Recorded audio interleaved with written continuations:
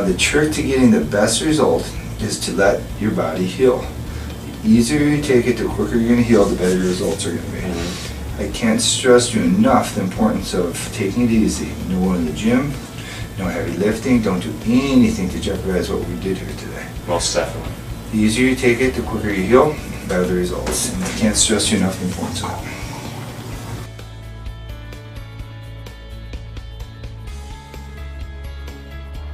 When you look at yourself straight on, just kind of envision, yeah. Yeah. So that gives us plenty of forehead, okay? Still gives us a nice natural recession. Not too much forehead, but right on the money. Yeah. And then that'll square that off so that won't open up.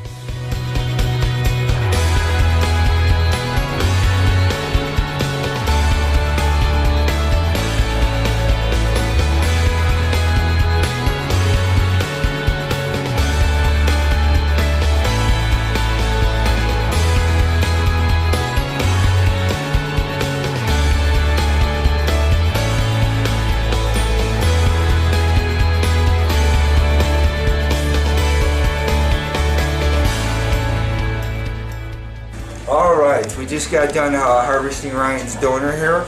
We initially pulled out, if you look over here, about 30 square centimeters of tissue. 30 square centimeters of tissue will yield us about 6,000 plus hairs. What I want you to look at now is I want you to look at the amount of transaction.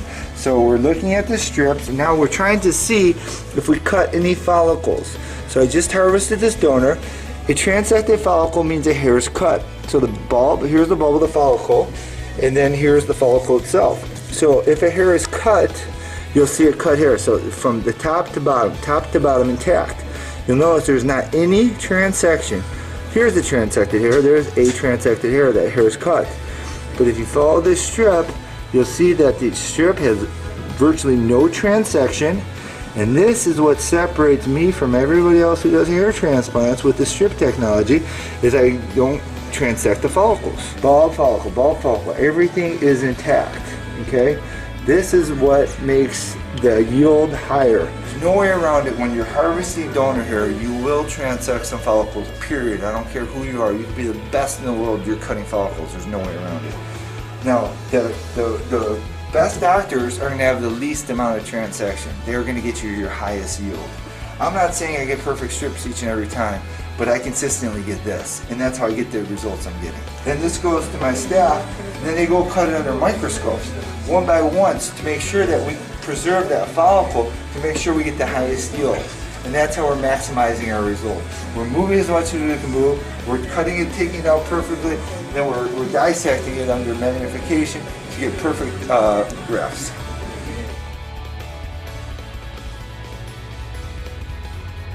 And look at that, the entire way across, we got ourselves a beautiful suture line.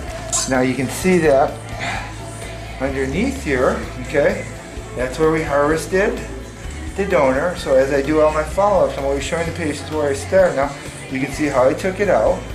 Now you'll be able to see the suture line. That goes the entire way across. Hair covers up on top of hair. So once again, now you can see it hidden under the hair. So the hair covers up on top of the hair, the suture line, so you can't see anything at all. This is just wet. When that's dry, that'll fall just nicely. You won't be able to see anything. There's that suture line, the whole way around, all the way as far as I can get them. So from one side to the other side, as long as I can go, as wide as I can go, I get what I can get, and all that's going to be in our areas up top. So right now we're creating the hairline with the tiny little one hair grafts. In a moment I'm going to show the camera what these individual grafts look like. I already showed you how the strips came out. The strips came out perfect. We got an extremely high yield. We're going to get Ryan a lot of hair. And then once the hairline's done, I'm going to start filling it with some density grafts. The density grafts are the multiple follicular unit grafts, which are 2 or 3 of the bundles naturally grouped together, which allow me to achieve more density from a patient. And that's the main thing that I'm doing differently than everybody else, and that's what I want the rest of the industry to do. Are these multiple follicular unit grafts. I will get you as much hair as I possibly can get you, and it's up to you from there to take care of it. One of the biggest things I thought was really neat too, was checking out your site, was that the guy who had the burn victims with the water, Yes. And how, you know, it's on your site, I think you were saying that people said that it could never work for him. He was told time and time again no one wanted to touch him. because of his scars. And, and you can't tell now. I mean, it looks... One of the things I do, and I have no problem with this getting on the internet or someone hearing it, if someone has a good sob story, like Raheem's, okay, I do their case for them, gratis, no charge. Because if they really have a real story, I'm not talking about cosmetic hair loss, I'm talking about hair loss from a trauma. Like we help vets out, military vets, a guy just got shrapnel, blew his eyebrow off, I restored his eyebrow for him. I recently had a young lady that got burned in a house fire, I restored her hair for her. So anybody who's got a good story like that, I'm more than happy to help out. Yeah. So that's one of the things that Raheem was one of those cases. Okay, so we showed you what those strips look like once they were harvested. Now I'm going to show you what they look like once they're dissected. What you're looking at here is a one-hair graft. This is the ball of the follicle. That's the follicle itself. This is a follicular unit. A follicular unit could have 2 hairs. A follicular unit could have 3 hairs. A follicular unit might even have 4 hairs, depending on the density of the follicular unit. A multiple follicular unit graft will have 2 or 3 of those follicular units in it. We don't implant these. These are, we're just showing you how it works. So the follicular unit goes behind these little 1-hair, 2-hair grafts to create more density. As you can see, this has double the amount of hair than these have, which creates double the density, and still will get the natural appearance. So just ignore this top row and notice the difference of how this is double this. This here is double that. So if I were to split that, I can create this. So the more I dissect a follicle up, the more grafts I get, but in actuality I get less hair. So that's why we want to keep these grafts intact to create that density. That's why we call them density grafts. These are for softening, to make a soft natural hairline, 1 hair at a time. These are to transition into the density grafts, and here's where we get our density. Okay, Ryan, we're almost finished with your procedure today. So far, how do you feel about it? How's your day been? Yeah, it's been really good. Really good. I feel very comfortable. There hasn't been any pain. We were talking about the different grafts and where we go and how we implant them. These 1-hair grafts go in the frontal hairline all the way around in the entire hairline, so that way it looks super soft and super natural. The 2, 3-hair grafts will go behind the 1-hair grafts to blend in behind it to create a little more density. The multiple follicular grafts will go even further back to create the density, and they're blended in with these little ones in between so you can't see them. We want the industry to pick this up because we want them to use these stronger grafts to get more hair for the patients, to get the patient through this process quicker. That's why we want everyone to do this, because it's going to help everybody. It's going to help the industry, and it's going to help the patient most importantly. We also use that multiple follicular graft in the back. We started to create this spiral pattern. So by putting that multiple follicular graft in the back, creates more density, and these will be undetectable as you'll see when this grows out. So this is the spiral I built. This goes all the way around. It's going to blend in and around, and then you can see where he has hair. We're not putting the hairs because we want to get the most out of it and putting it where it needs the most today. It's going to do the preventative treatments that's going to help hopefully hold on to that hair in that bridge, and then hopefully we'll be able to wind them up in one more procedure. Alright, so the procedure went absolutely perfect. We were able to harvest, we got you about 32 square centimeters of tissue, which yields you about 6,500 to 7,000 hairs based on your density. Wow. So one excellent, I was able to do everything we talked about. So the camera can see, we harvested Ryan all the way from over here. This is just a little, it's not completely dry, but as you can see when it does dry, completely covers. That's the area where we took that suture line from. Still growing. So we harvested that all the way around. We harvested him all the way to his other side. As you can see, this is white, it's not too clean and dry, and that goes all the way around. Now, what we did for Ryan today is we did exactly what we said. We recreated the hairline, so we built them in all the way around. So these are the grafts. So this is his new hairline that you're seeing here. So it's nice and soft and staggered, it's just the way we talked about. So those are the little 1-hair grafts all the way around the front. Then what we did is we did the little 2, 3-hair grafts behind that, and then we used the stronger grafts back there for the density.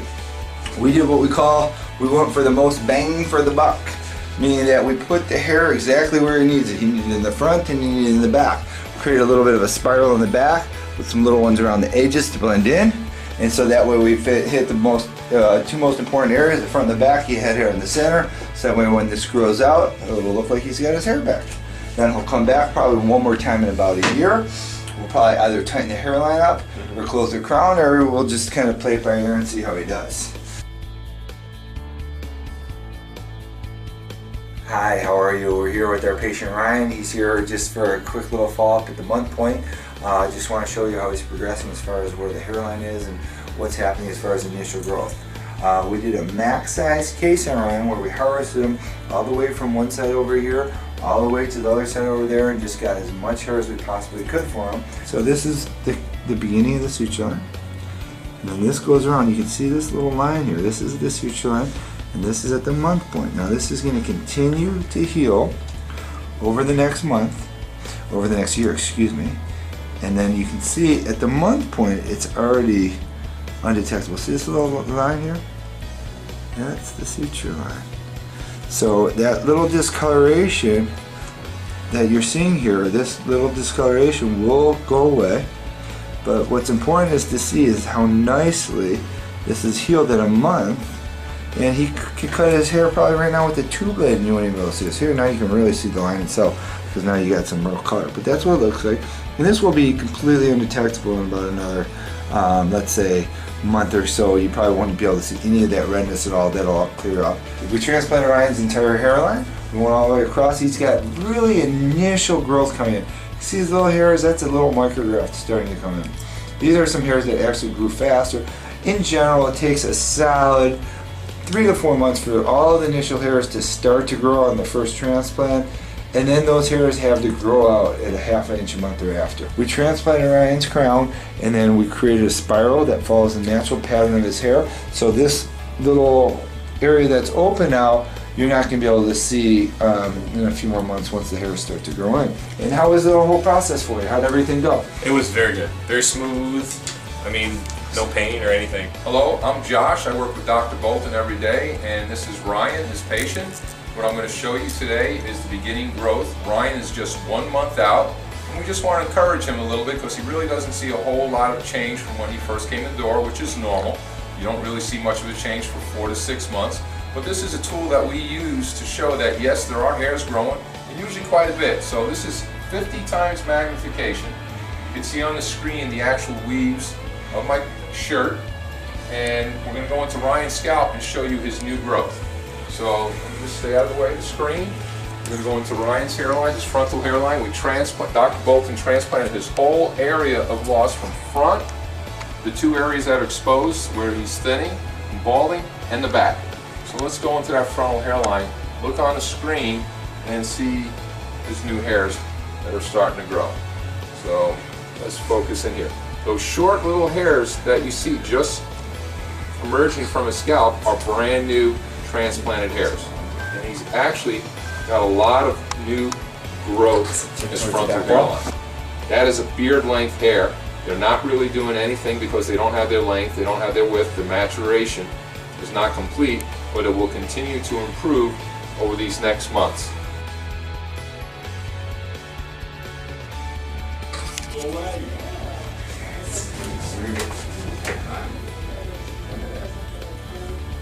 Look at that. Didn't even get to comb through. What's up with that?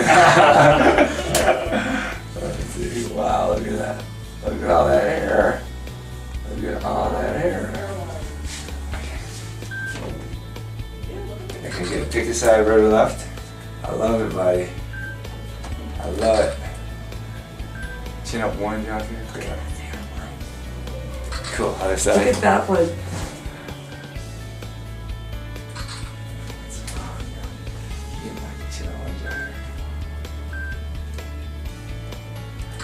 Towards the back wall. Chin up a little bit here.